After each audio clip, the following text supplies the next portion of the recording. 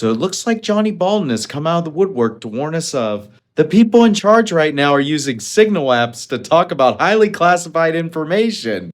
Now, I hate Johnny Bolton as much as the next guy, but for Johnny Bolton to come out there and say, I don't know how this could happen, this is very telling about the Trump administration. Now, the one thing that will be encouraging about this interview, we're going to see how many partisan hacks exist in this world. What was your reaction to learning about these secret plans being communicated in this Signal group chat? Well, I was shocked, and I was without words, and I say that not because I'm more virtuous than anybody who was in that group. I'll just say this: if you think Signal is equivalent to U.S. government secure telecommunications, think again.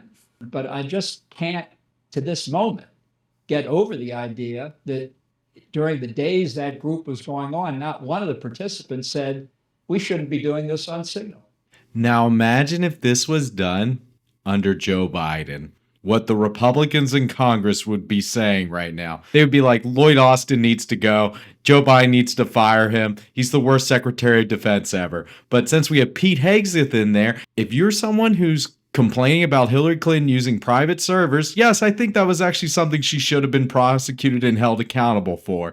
But I also believe the same things when it comes to our national security if the Republicans do it. And Pete Hegseth, who has no business being Secretary of Defense, and Mike Johnson was asked recently, should he be reprimanded for this behavior? And he said absolutely not. He would say the exact opposite if Joe Biden was president right now. And you know it if you're someone who loves Republicans.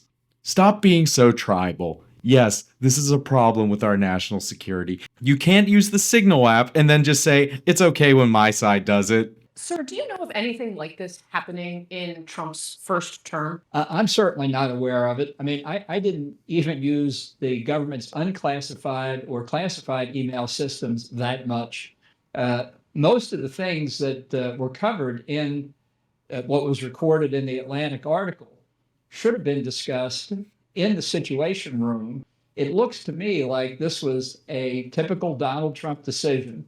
Let's bomb the Houthis, that then everybody raced to implement without talking about the implications, including, for example, Vice President Vance apparently on this chain saying, I don't agree with this. At least there was someone in that group chat trying to push back and saying, hey, I don't think bombing the Houthis is a good idea.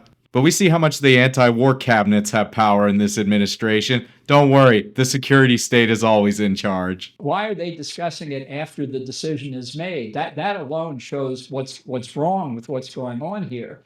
Ultimately, if people can't attend the Situation Room, you're on a secure government line. You're not on WhatsApp or Signal. Honestly, it's old-fashioned, I know, but they should only be discussed face-to-face where people can have it out if they have a disagreement, not on an email chain. Sir, do you think somebody should be fired over this? Listen, Donald Trump's not going to fire anybody unless he thinks this redounds to his personal detriment. And we'll see what happens. Should someone be fired over this?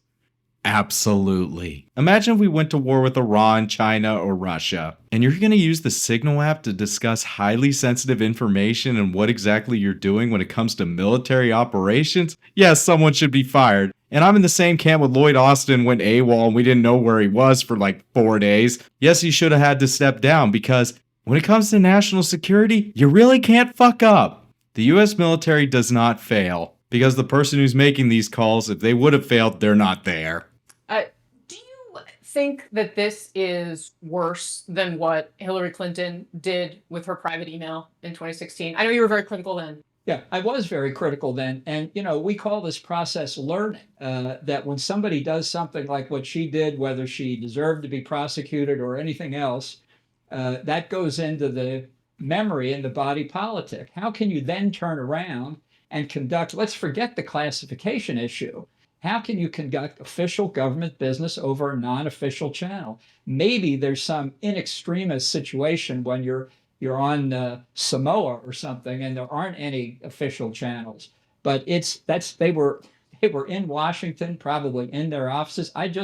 As I say, words fail me here. I cannot even imagine this happening. The reason John Bolton was fired by the Trump administration is because his solution to everything is to bomb people. And for him to come out there and say that he can't imagine a scenario where this could happen, that should be very telling about the people in charge right now.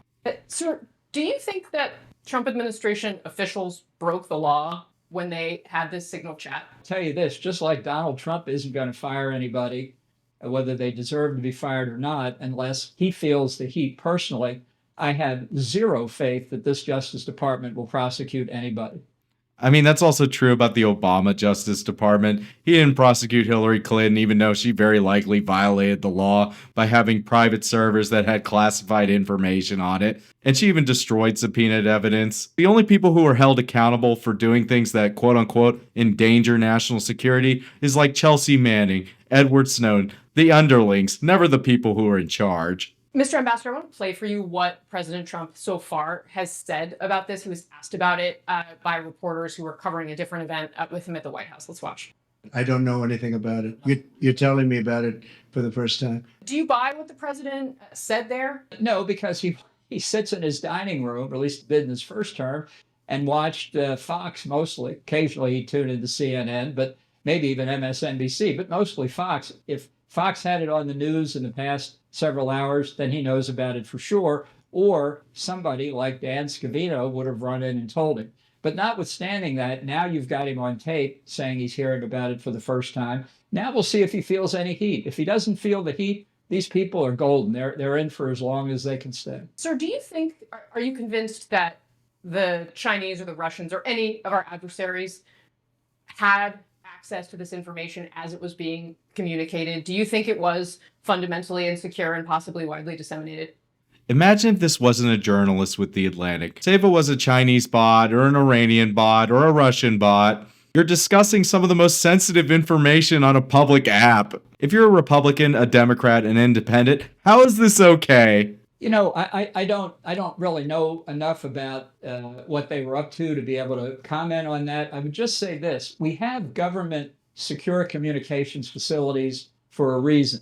They may not be perfect either, but there isn't anything else that's as good. How clear can I be on that point? And you would think that somebody on this chain would have figured it out, unless it bespeaks of a wider pattern of behavior that goes well beyond the events dealing with the strikes on Yemen. What's your assessment of how Jeffrey Goldberg, the editor-in-chief of The Atlantic, handled this situation? He watched this unfold. When he realized it was legitimate, he took himself off. He did write that this happened, but he did redact significant classified information that he was then privy to. It was not published in The Atlantic. Overall, did he do the right thing?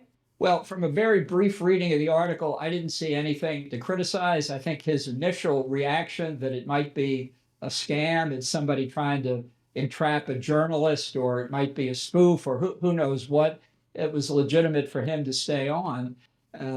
Whether he should have cut it off earlier or not, I think that's a question that reasonable people can disagree on. I didn't see anything in the article that looked to me to be worse than a general description of what was in there. So I don't think he released any classified information.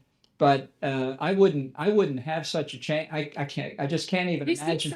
It was my fault. I put somebody who had technical capabilities to put it together.